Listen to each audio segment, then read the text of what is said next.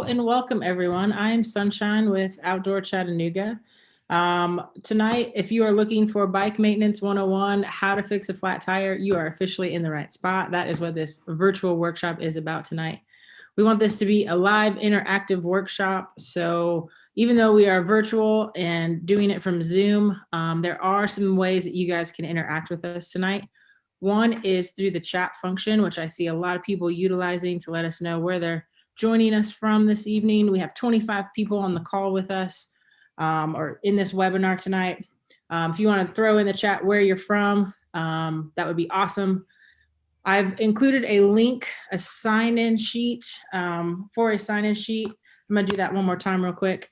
If you'll click that link in the welcome message and go over, kind of fill out the information, let us know where you're from. It helps us know how many people we're serving so we can continue to offer free programs like this, as well as you'll be in a chance, be able to request an Outdoor Chattanooga sticker and be in the running for Bike Chattanooga bicycle rentals. We're going to give away a few of those, more than a few, a handful of those.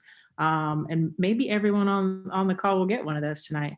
Unfortunately, if you are joining us from Canada, it will be difficult to cash that in because it is specific to the Bike Chattanooga location. But we got people all the way from Canada, Southern California. Thank you so much for joining us today, guys. James Eubank, he is our official bicycle guru. Is that a not guru? This is our bicycle guru. He won't admit it, but he is an awesome cyclist. He is in charge of pretty much all of our biking programs through Outdoor Chattanooga. For those of you that don't know, Outdoor Chattanooga is a unique division within the city of Chattanooga that promotes all things outdoors. We do that through information, a website, social media, and other outlets, virtual workshops such as this. We also do it through programs where we provide equipment and instruction and teach you how to go outside and play. And then we also assist with large scale events that occur within our city. So that's who Outdoor Chattanooga is. And we taught ourselves technology during COVID because we were really good at playing outside. We know how to do that really well, but during COVID, we all kind of had to change and adapt, and we learned technology in order to offer virtual programs like this. So we appreciate you guys taking time to join us, taking time out of your busy schedule to be with us tonight. I'm going to let James take it away. James, do not forget about the poll. If you guys need anything from me, put it in the chat. If you are not familiar with, James, just kidding, I'm not going to turn it to you. If you're not familiar with Zoom, if you will move your cursor around, if you're on a laptop or a desktop, it should pull up a menu bar at the bottom. That menu bar will give you access to a chat function, which you can drop in where you're from or contact me if you have any technical issues I can help with. Or there is a Q&A button. That will be used to ask any questions to James specifically, and he is going to pause throughout the presentation in order to answer those questions. So those are kind of the ways to navigate the Zoom. If you're on mobile, same concept, just tap your screen and it should pull up a menu bar at the bottom. You might have to hit the 3 dots or click more to get to the Q&A, in other words, but you do have full functionality on your cell phone through mobile as well as on desktop. James, we got 37 people peeking at you right now. So welcome, guys. I'm going to give it over to James Eubank. He is our official instructor this evening. Thanks so much for being here. All right. Yeah, thanks everyone for joining our workshop here virtually. This is my first time, so I might fumble and stumble a little bit, but I'm going to try to get you through it, try to teach you how to fix a flat virtually. So hang in there with me, and hopefully we all learn something. Anyway, I do have a video made that's, well, Sunshine did an awesome job making it for us. So I'm going to be playing that, and again, pausing throughout to go into more detail on little things here and there. And yeah, don't be shy to ask questions. There's a lot to know about learning how to fix a flat. Go ahead, Sunshine. Yeah, there is a lot to know. And so I guess I'm kind of curious personally, where is everyone starting from? So I'm going to put a poll out there and figure out, have you guys ever fixed a flat tire before? Are we completely starting from scratch? Or do you have some experience, but you're like, I get stuck at this point? Just so we kind of have a sense of who we're talking to tonight. So go ahead and submit your answer there. And we'll see where the majority of folks are. Yeah, see where we are. All right, I got about 80% voted, been up for about 30 seconds. Anybody else want to chime in? All right, 86% voted, 89%. Nice. Give you guys 2 more seconds. All right, I'm gonna close this down and share the results with everybody. James, that's what we're dealing with. Nice, okay. 22%, no, I'm sorry, 63% have never, ever taken a tire off. 20% sort of, but they don't quite know how to do it themselves. Yes, a little practice, and I hope you were the one that answered yes, you're a pro. I clicked the lesser of all of them. No. All right. And then I guess another question I'd like to throw out there to see where you guys are starting from. Do you guys know what tools you need to fix a flat tire? Anybody know what they need to be carrying in their little pouch when they go riding around in case it happens on the side of the road or the side of the trail?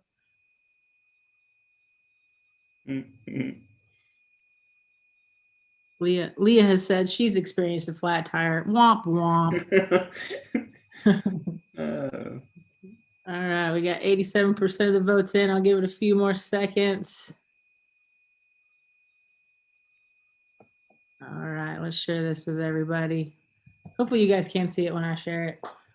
Most people don't have a clue, James, so we definitely need time going over what they need to carry. So you guys are in the right spot tonight. Thank you so much for participating in our silly polls. We appreciate it. Can we see the poll? If you didn't see the poll, I can share some of the results afterward. If you joined us a little bit late, you might have missed it, and I apologize. We have majority of people have never changed a tire, and most people don't know what tools to carry. So we're definitely going to cover all of that this evening. One more time in the chat function, I'm going to drop a link to sign in. Please, please, please sign in, guys. It lets us know how many people were here tonight, how many people we're serving, so we can keep offering free programs like this. To ask James some questions in the Q&A, we will get to those, we promise. All right, James, it's all you from here. Okay, yeah, so a lot of beginners, that's perfect. There's a lot to know when you're dealing with a flat tire. I'm going to go over it in the video, and again, pausing throughout. Don't be shy with the questions. I will answer them as best I can. But yeah, so now's a good, or at least in Tennessee, is a good time of the year to get back on your bike. It's been in the basement, hanging in the garage, in your bedroom, wherever you keep your bicycle. Haven't been on it in a while, and then tires are soft. You know, maybe it does have a flat, but maybe not. So anyway, you want to figure that out before you get out on your ride. And that's kind of my first advice, making sure, you know, your tube's good to go. So, and knowing what you have, knowing what you're dealing with. And that's what I start with in the video. So maybe I'll just start there. Unless anyone has any immediate questions. Like I said, there's a lot to go over. So I'm going to go ahead and get started on the video since we're Yeah, you did have one question come through. They have tubeless tires. Christy does. She wants to know if you'll address flat tires with tubeless tires. This evening, probably I can touch on it, but tubeless is kind of whole nother animal. It's actually really easy sometimes, but it can also be really challenging. So I can touch on it for you. Yes. And a good question. It was definitely on my mind because my mountain bike's tubeless, and it's 90% of the time it's good, but there's some times where it doesn't hold air, and oftentimes it just needs more sealant. So there's a way to fix that, and I can talk about that more. Okay, let me just share the video.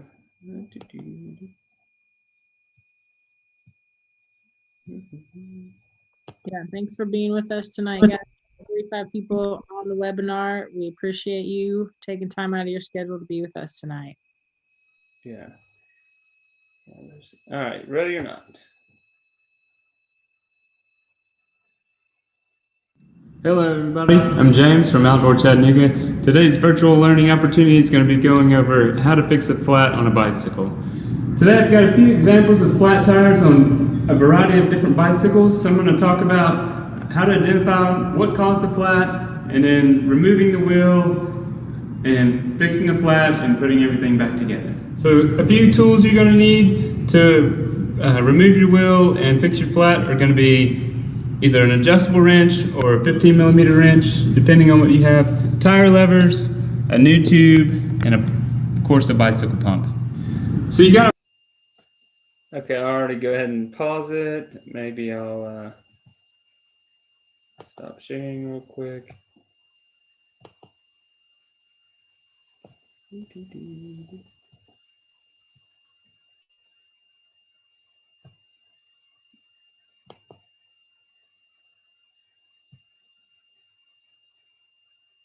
Oh no. Where'd it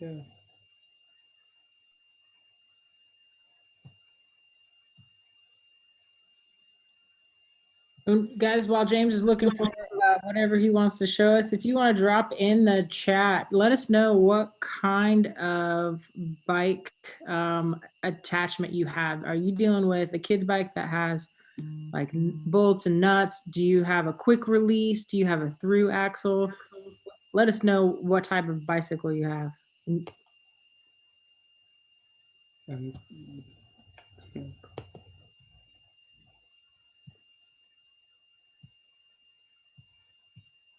What is going on? Sunshine, can you hear me? I can hear you, yeah. Okay, what? Why can't I see? Let's see. Well, I don't know where y'all are on my computer here. It's not. Well, if you just want to stick with the video, James, that should be fine. Okay, so y'all can hear me. So tools, those are tools that you might need when you're at home.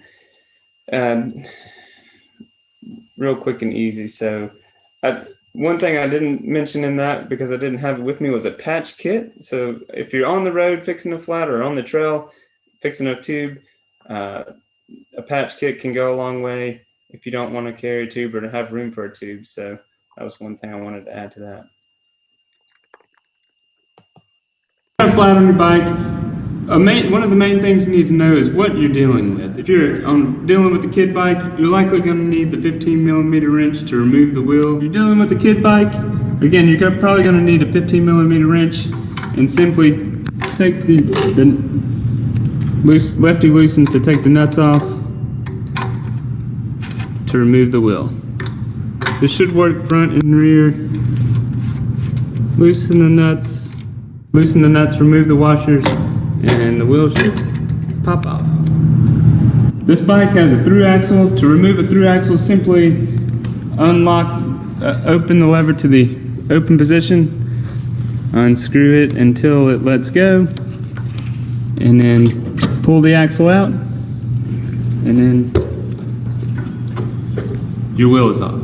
Removing the rear wheel can be a little more challenging, as you have gears to mess with, rear derailleur. But again, with the quick release, you're going to pull the lever to the open position, give it a spin or two, and then just be mindful of your chain and your derailleur.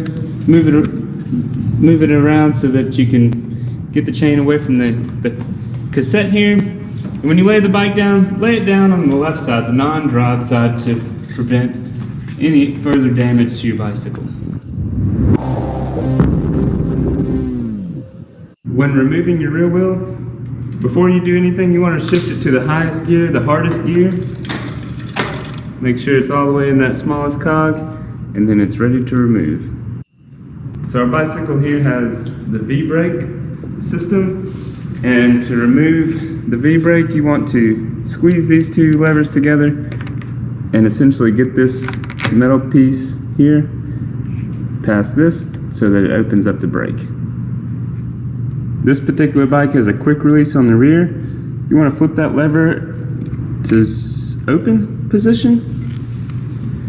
From there, you want to pick up on either the seat or the frame, pick up on the bike, hold down on the wheel, and work the chain away from the cassette. With one hand, pick the bike up, and then the other hand kind of push down on the wheel and the tire and work it off.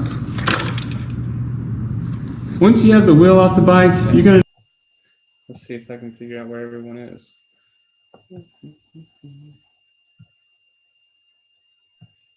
So it looks like most people have a quick release lever, which is pretty standard. So hopefully you guys going through that were able to see the difference between each kind of lever or axle or the nut and bolt system on the bike to know what types of tools you need. Shunda, I see you might be having issues watching the video. Is it pixelated? What's going on? Type more so I understand and maybe we can help troubleshoot it. And then if anybody else has any other questions at this point, feel free to drop those in the Q&A or in the chat function, whichever.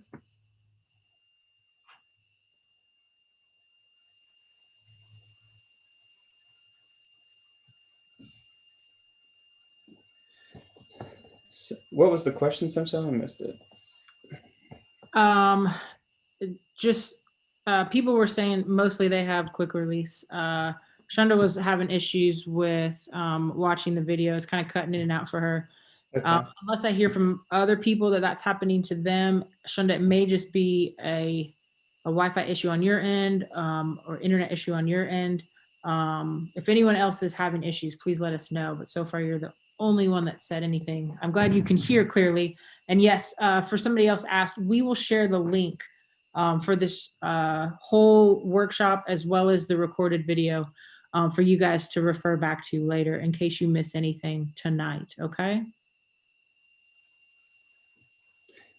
All right, so yeah, that's removing the wheel. So you got a flat tire. Sometimes you know what happens, sometimes you don't, but that's either way. Taking the wheel off, it can be a challenge. So in the rear wheel mostly. So no, like I mentioned before, knowing what you're dealing with, what tools you might need. If you have the quick releases, really you don't need any tools, but if you're dealing with a kid bike, you might need that 15mm wrench. And there can be things, there can be other variations between that. So my personal mountain bike, I need an Allen wrench to take the axles off because they're like bolted through axles. So just know what you have, know what you're dealing with, be able to remove your front and rear wheel. Just easy practice there. I'm going to keep going with the video. You need to remove the tire from the wheel. Before you do that, you want to make sure all of the air is out of the current tube. If you have a Presta valve, take the valve cover off, and then this particular valve type, you have to unscrew this as well to let any air out. Once you have all the air out, you're going to use your tire levers to remove the tire from the rim. I like to start on the opposite end of where the valve is. So if the valve's here, I'm going to start on this end. I'm going to push the tire over so that I can see the bead, which is the innermost part of the tire. I'm going to grab it with the spoon end of the tire lever. I'm going to simply pull it over and use the hook to hook the spoke. Once you have the first tire lever hooked, you can move over a few inches for the second one. Do the same thing. Grab the bead and pull it over. And from here, you can push all the way around. Maybe even start back at the top where you started and pull all the way around until one side of the tire is completely removed from the rim. Okay, so removing the tire, I made it look pretty easy because I have a lot of practice. The tire was not the easiest, but not the hardest to take off the one side. So do be mindful of that. I mentioned the tire levers. Having two of those is pretty key. If once you get good at it, you can actually take it off without a tire lever and reduce the risk of pinching your tube, your inner tube. So, but anyway, when you're starting out, start with use those tire levers. It's a great tool, makes it much easier. That spoon end, hooking the bead of the tire, which is the innermost part of the tire, and I'll go over that. And then the hook in on the spoke, all that good stuff. I talked about the air in the tube. So before you even get started, if you have even the slightest amount of air in the tube still, and you try to do this, it's going to be really challenging. So make sure that you do remove all the air. I've tried to help someone over the phone fix a flat, and they kept talking about their tire lever popping off, and it was not very difficult for them. And I kept thinking this shouldn't be that difficult. So we finally did a little video conference, if you will, and it turns out there was still air in the tube. So that made it really challenging. So make sure, even if you just check it before you get started, before you get started removing the tire. So are there any questions on that part, removing the one side of the tire from the rim? I haven't seen any questions come through. So yeah, guys, feel free if you have any questions.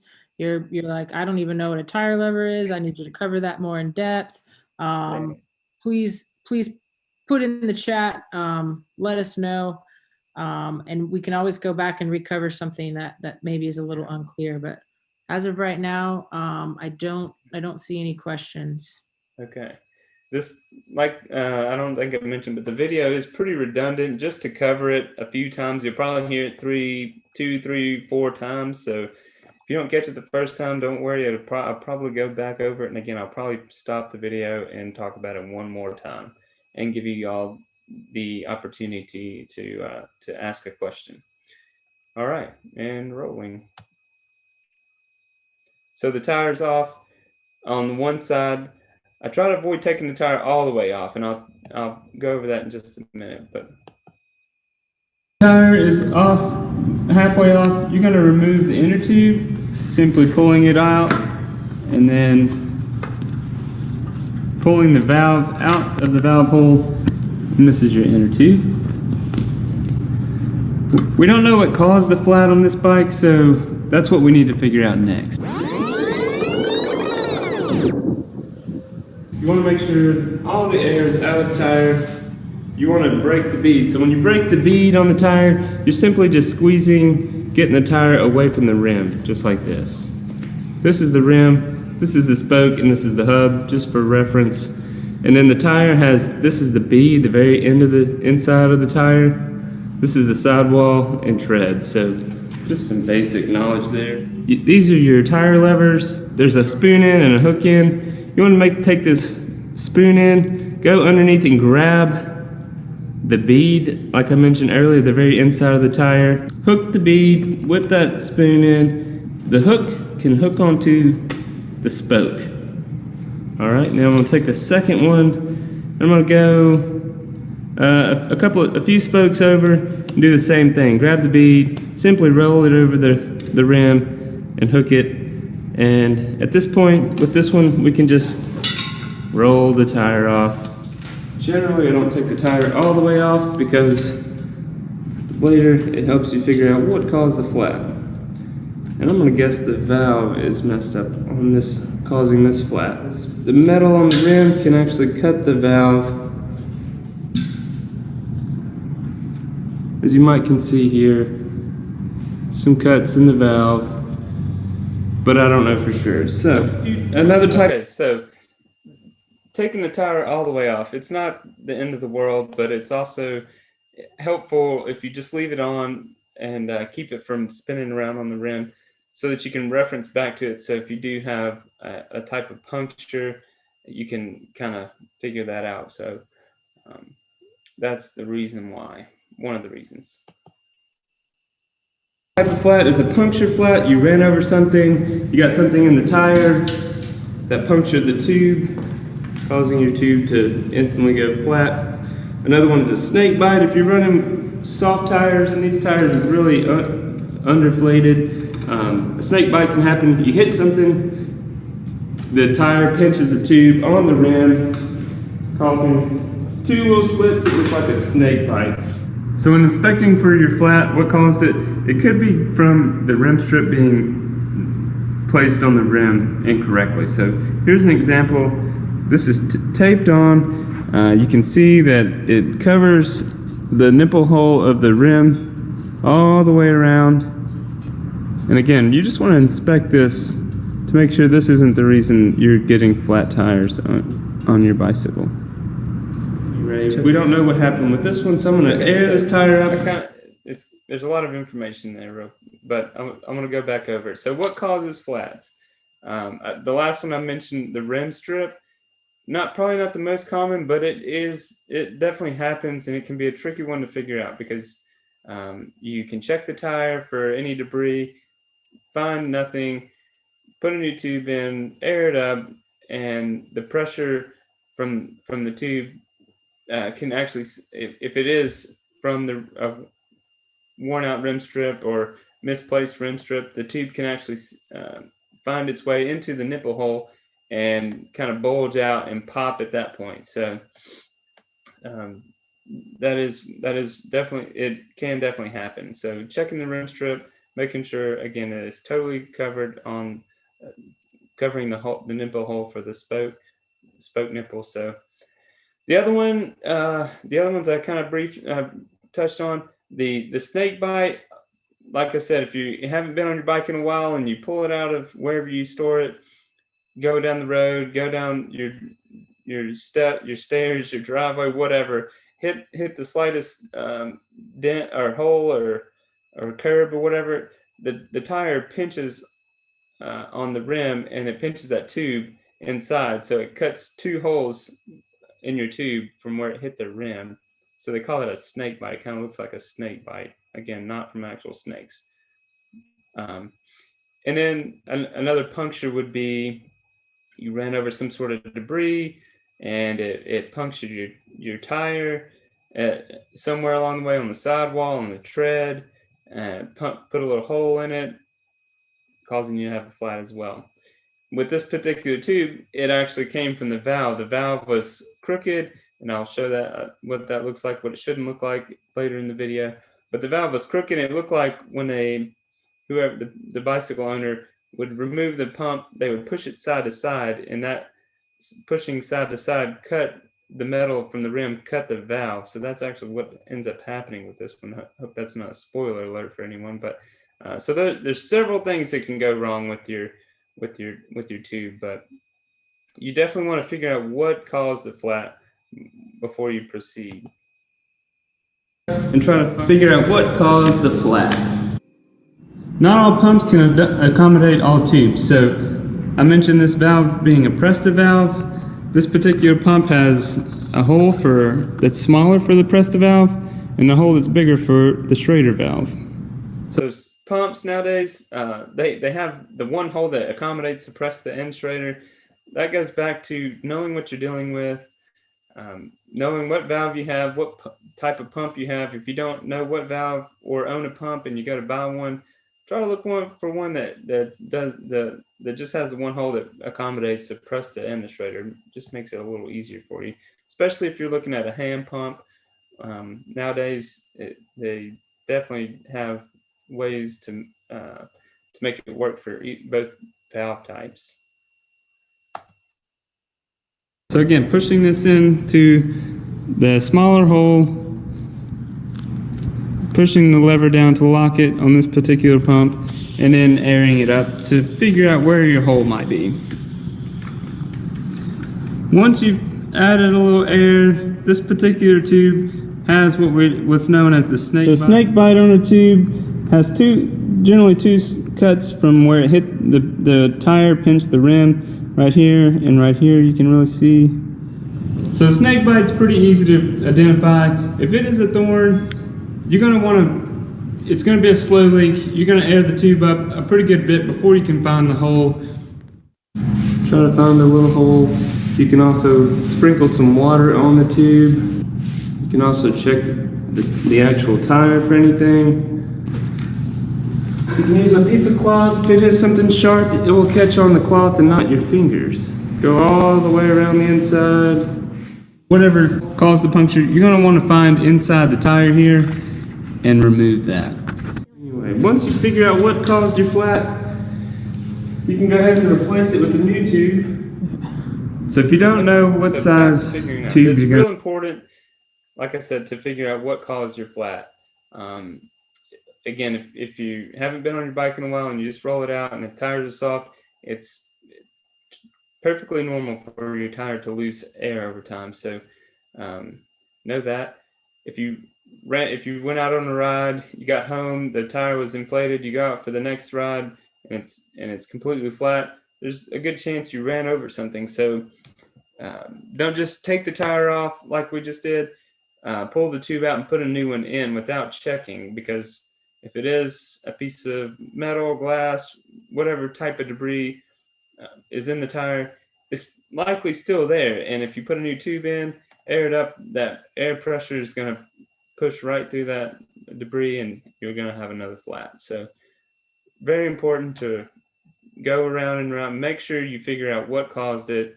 And with the snake bite, it's you kind of know it happens quick. So you, like I said, you ran over a curb, you dropped some stairs on your bike and landed, and it goes flat pretty instantly with that one. So it's kind of a no-brainer with the snake bite. But like I mentioned in the video, the puncture from the debris can take a little more time. You just don't want to rush through that part. If you rush through it and you're out 50-mile bike ride and halfway through it and you get a flat and you try to rush through that with your one tube or your one patch left, and you use it without figuring out what caused it, you're probably going to end up with another flat immediately or very shortly after. So don't skip that step. You can find that information on the sidewall of your tire. So here, this bike has a 26-inch wheel, so the tire is 26-inch by 2. That's going to be what size tube size you need. When you're looking at tubes in your local bike shop, it's going to have different sizes. So this is 26, and it's good for 1.5 to 2 inches. So this tube would work. Other than it's a Presta valve, and this particular setup requires a Schrader valve. So you need to make sure you know that as well. Schrader valve, They're two. A Schrader valve will work. I'm sorry, a Presta valve will work on a Schrader valve drilled rim, but not the opposite. If you have a Schrader valve tube and your bike only accommodates Presta, the valve is actually a little bigger in diameter, so the Schrader won't fit through the Presta valve unless someone's pre-drilled it and you know all this. But again, that goes back to knowing what you're dealing with. So make sure you check that valve. Don't just grab a tube when you're in the bike shop. You watched the YouTube video. James taught you how to pick out a tube, and don't overlook the valve type. So it is important. It can be important for you. Two different types. It can be a Presta valve like this one, and with the Presta valve, it has an actual little screw here that you want to undo before you can add or take away air. So make sure you undo that. It's oftentimes overlooked. People try to put air in their tube with it closed, and they have a hard time, vice versa, hard time letting it out. So make sure you unscrew that for your Presta valve. This is the Schrader valve. This is not a good example because you can tell that it's has an angle to it, so your valve should always be straight. But either way, the valve here, as you can see, is the Schrader, probably the more common type. I mentioned the valve being crooked like this. It's not good. It can increase the chances of having a cut on the valve from the rim. One thing I don't really talk about in the video is the valve length. When you're looking at tubes, I know it's another step to check, but tube type and the valve type and the valve length. So ideally, this one would have one that's a tad longer. The rim can actually set a little deeper on some higher end bikes, or so making sure the valve length fits your bike as well is important. Has a valve cap. You can remove this cap to take away air, put your pump on there to add air. If your bicycle can only accommodate a press-the valve and you get a straighter, it's not going to work out for you.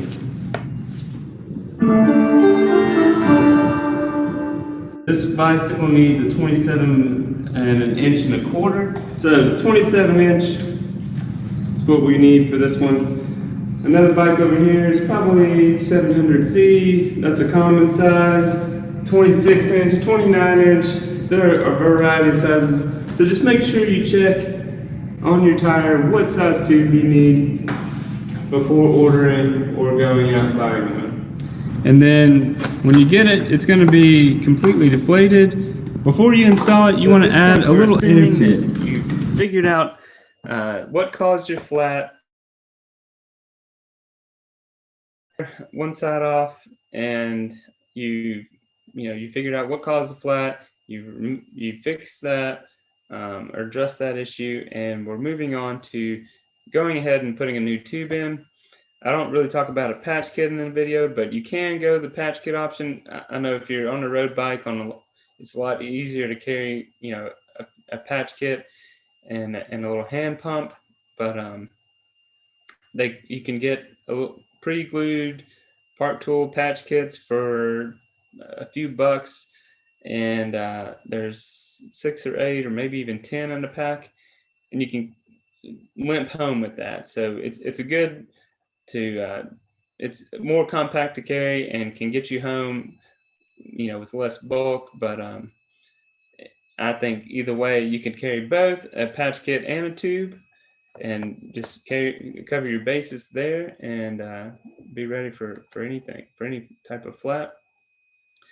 But where I was going with that is the patch kit. You can use multiple ones on one tube. So if you're on the cheap side, kind of like me, you would put a patch kit on, or put a patch on, continue to use that tube if you wanted to reduce your your waste or whatever. So you can keep patching that tube with different flats with the patch kit versus just swapping out a new tube every time. It's a little less impact there. So personally, I do use probably 6 or so patches on a tube. I use it. I limp for a while, so it's not uncommon, and it will hopefully work if you patch it correctly. Yeah, and I will say, I'll chime in, James, that on Outdoor Chattanooga's YouTube channel, we actually have a video that shows how to patch an inner tube. So if you do want to get into that, you can find that on our YouTube channel. Yeah. So yeah, on YouTube, our YouTube channel.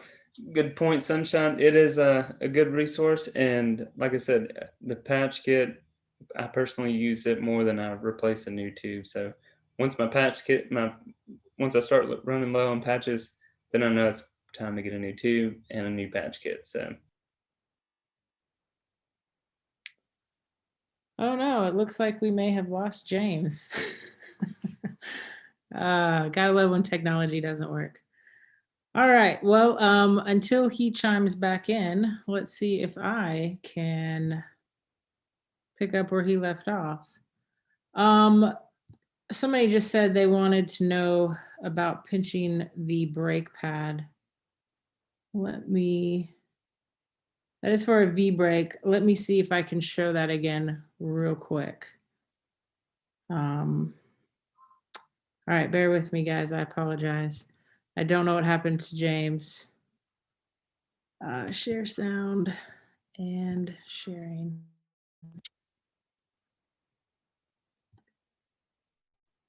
Let's try again.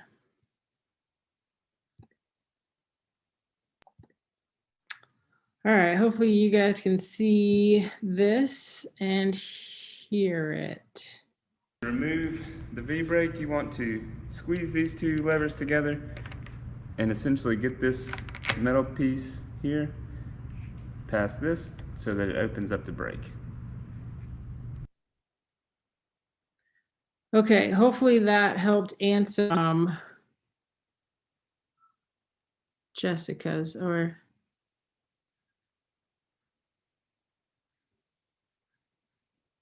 yeah, Leah. Hopefully that covered that part for you.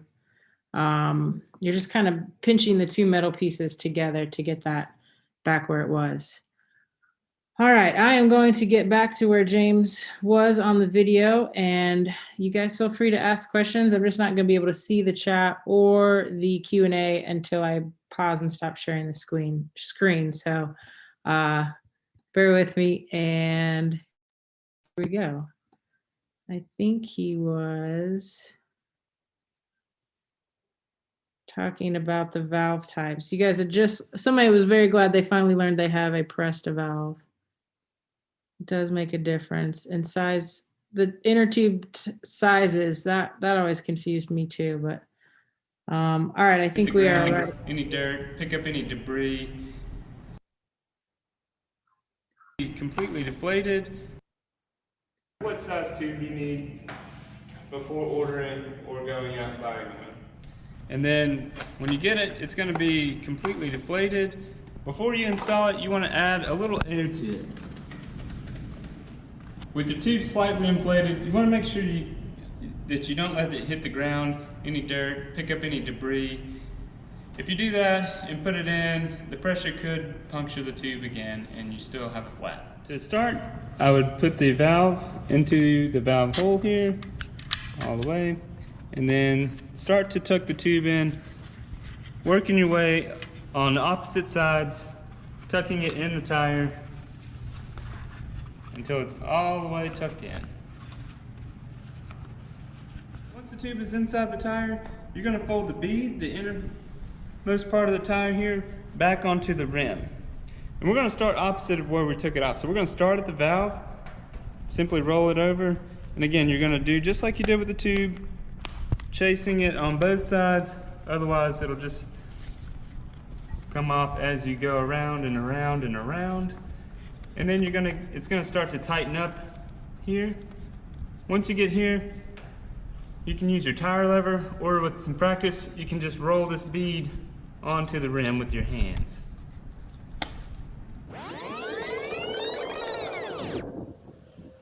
Put the valve in at the valve hole. Once the valve is in, I tuck the tube into the tire, working on both sides all the way around.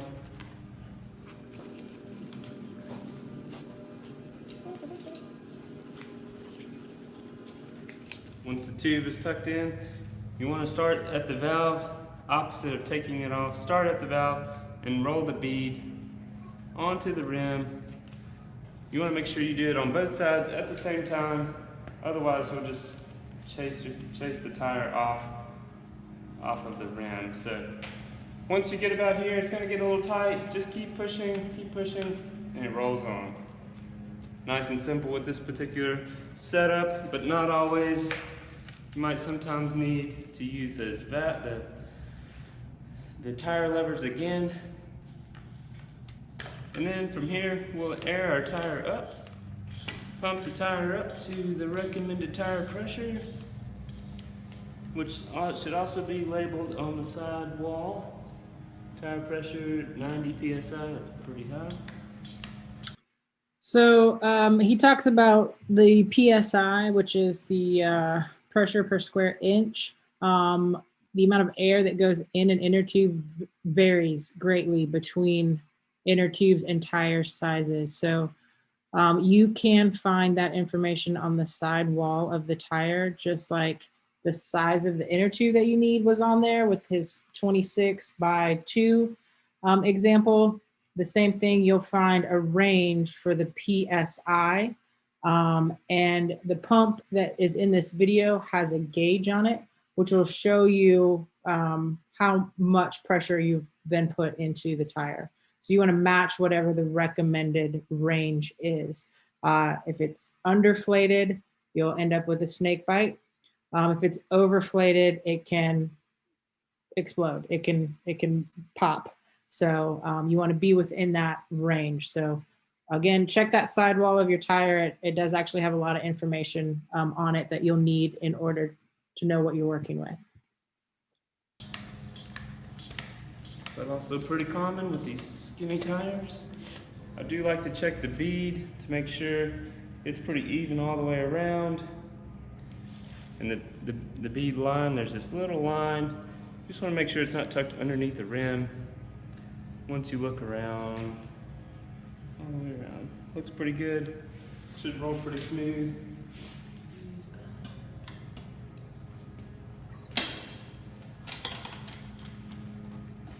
And then you want to put the front wheel back on, or rear, whichever you're working with. So when putting your rear wheel back on, kind of reverse the step, the process. Hold the bike up by the seat, bring your wheel back over, and you're aiming to get this cassette here in between this chain space here. So bring it over and set this top part of the chain on the cog, and just let the weight of the bike kind of drop in, and you're trying to get this axle, this is the dropout, the axle in the dropout here. Line that up, make sure it's all the way down on both sides. Come back over here to your non-drop side, pull your quick release back to the closed position, and then reattach your brakes.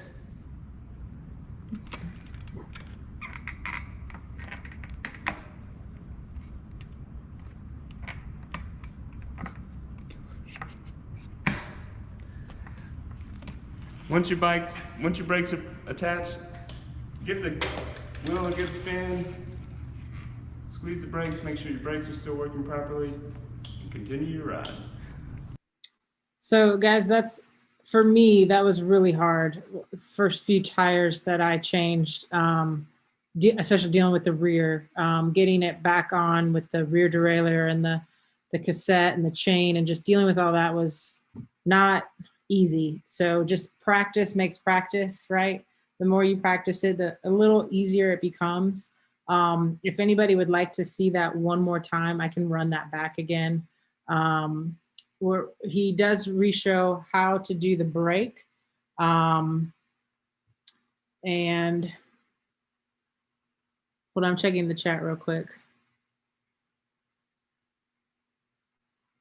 We're about to show the disc brakes. Leah would like for us to run back and show that one more time. I will, because we actually don't repeat this one. And then he's going to show kind of a common issue with a rear brake or front brake for that matter. This is a V brake versus a disc brake, and he is about to show a disc brake. So let me run this back real quick, and then we'll show the disc brake right after this.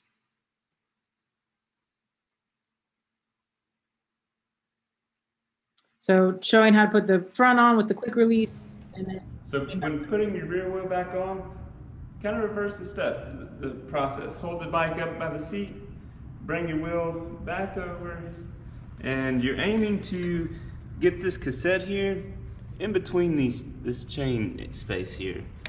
So bring it over and set this top part of the chain on the cog, and just let the weight of the bike kind of drop in, and you're trying to get this axle, this is the dropout, the axle in the dropout here.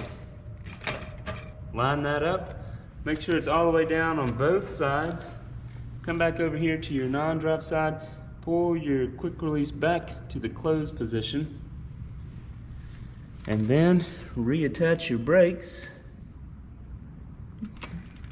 You guys can see he struggles a little bit. It's got quite a bit of tension, and you'll hear it click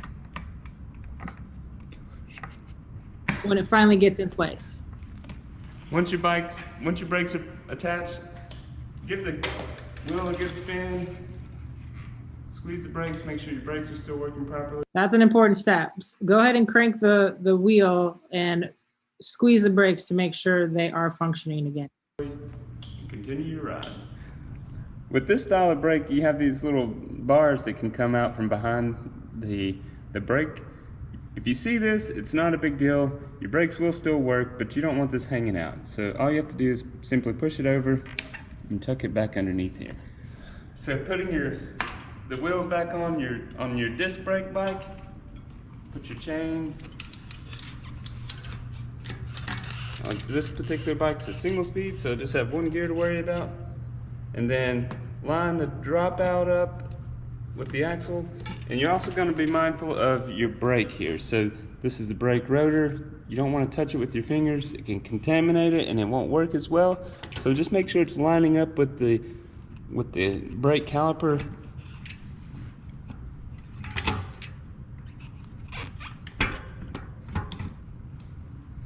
Just like that. Nice and easy. Put your axle back in. Give it a few twists.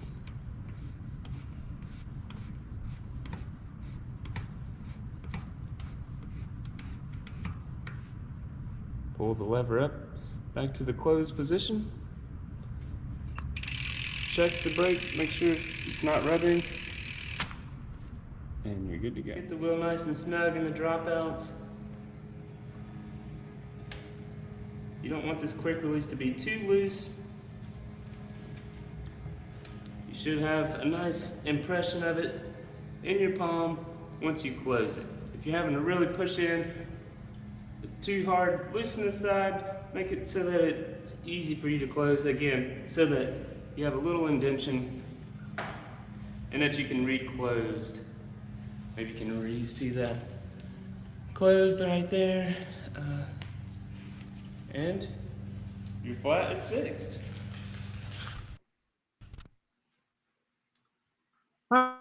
So that is the end of the video. I believe James found his way back in. Sorry that we lost him. This is now your time to ask questions. Let us know what questions you have, what you'd like to have us recover, and we can go from there. James, if you're here, I don't see you. So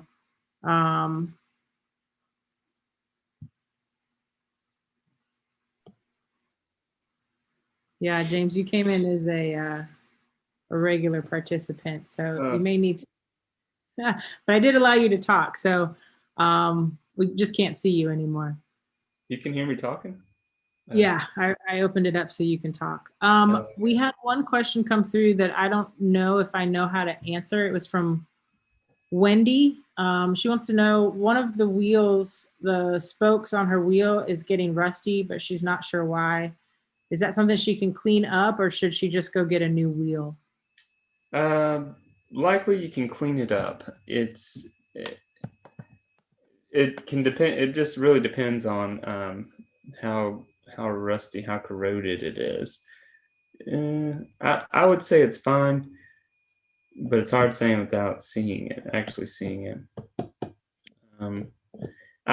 Honestly, I've had wheels. I've ridden a wheel set with a rear spoke, with 3 rear spokes broken for months at a time, and a broken spoke is not the end of the world. You just want to make sure you get that out of the way, get the spoke out of the way, so that it doesn't cause further damage. But your wheel is just not going to be true. It's not going to spin straight. It's going to have a little wobble to it.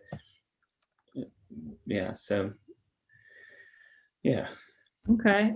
Somebody said if they don't have questions, what do we do? Ansley, I put one more link in there. It's just kind of a feedback survey. Let us know how we did this evening. And otherwise, you can log off. No reason to stay if you don't have any questions. Shunda asked, how do you know what size your inner tube is? Shunda, again, you can find that information on the side wall of the tire. So the tire that you have for your bicycle, all that information should be on the outside of the tire. If you still can't find that information there, then you may want to go to a local bike shop. Is that a good answer, James? That's a great answer. Yeah. So the sidewall, oftentimes it has all those numbers and all that information. It can be confusing because they're kind of like a car tire. There can be a lot of numbers, a brand and type and model of tire going on. So just kind of search for it. You can see in the video, it took me a minute to find that information on the sidewall of that skin wall tire. So just look and see. Look for those wheel sizes, the 29-inch by 2.4, or whatever, 700C by 25, or 700C by 23, or 29 by whatever number, 2. or whatever. So just look for that's the kind of general numbers you're looking for. And on a kid bike, it can be like 12-inch or 16-inch by with the by whatever width. So it's 9 times out of 10 it will say on the sidewall what size your tire is. And again, the tube will likely have a range, so the tube might say 26 by 2.1 through 2.5, or whatever the number might be, like I showed in the video. So and then from there, the valve type and the valve length. So yeah. Nadal wants to know if we'll share the YouTube link so they can watch the video later. Yes, Nadal, we will share that. I can even paste it into the chat if you would like that. I'll do that here in just a second. And I did put a survey link in the chat as well. For those of you that need to log off, thank you so much for being with us tonight and sticking through the technical difficulties. We do appreciate it. Hopefully you did learn a new skill and you can actually change your own flat tire. If you have any follow-up questions, we are going to send an email out with the YouTube link, with a list of tools. That was another question that we got. Yes, we'll send a list of tools that you need to have. And then if you have any questions after that, feel free to reply to that email and ask those to us. We're happy to help. If you don't have a flat tire, how often should you change your tires is a question that we have. That's a good question. In the local shop that I go to, they see all kinds of scenarios. So someone can have a bike from the 70s with the original tires and the original tubes. The tube can just kind of disintegrate over time. So at that point, you probably know it needs to be replaced. But how can you tell? Just just good practice, good safety practice would probably if you haven't changed the tube and you're changing your tires, change your tubes and your tires, and probably even your rim strips. They can move, they can weaken over time and work their way into the nipple hole as well. So if you're unsure and you notice that your sidewalls are dry rotted on your tires, that's probably a good sign that everything else is getting dry rotted. So change it all out and just err on the side of safety. Yeah, and it also, I think, depends on the type of bike. So a knobby tire for like mountain biking, for off-road biking, you'll be able to see those knobs like kind of whittle down over time and get real small. And so the grip isn't as good. And that'll be a good indication that tire, you need a new tire. For like road tires that are really smooth, it is a little harder to tell, but anytime you see like cracks or just kind of dry rot, wear and tear, you definitely want to get new tires. I personally bought a used bike and I upgraded the tires and the inner tubes immediately just because they looked awful, and then the bike ran like new. So it is kind of like shoes. You use them the most, they hit the pavement the most, so you'll have to kind of swap that out more frequently than pretty much any other component on your bicycle. So yeah, let me go grab those YouTube links for those of you that are still on the call with us. I don't see any other questions come through. So James, if there's any other follow-up information you want to give while I grab these YouTube links for everybody. Yeah. So something I didn't go over in the video, back to fixing your flat. If it is a puncture from some sort of debris, making sure that the tire, when you're taking it off, if you do take it all the way off, that you know where like the valve was in correlation to the tire. And a simple way to make sure that you get that right every time is having the brand of the tire at the valve, so that if it does all come apart, you can put it back to where it was. Inflate the tube, find that small hole, lay the tube, on the tire, and that kind of narrow down that search range. It'll narrow it down to kind of that section. And if you don't find it in that section, flip the tube so that the hole is on the opposite side, and look in that small area. If you still don't find it, then you can go ahead and proceed to check the full inside of the tire to figure out what caused it. Hopefully that makes sense without any visuals. But I did have some photos I wanted to share to kind of make light of a couple of those issues, like the bead line when you're inflating the tire, getting that set all the way around, and yeah, what an actual snake bite, a better picture of a snake bite.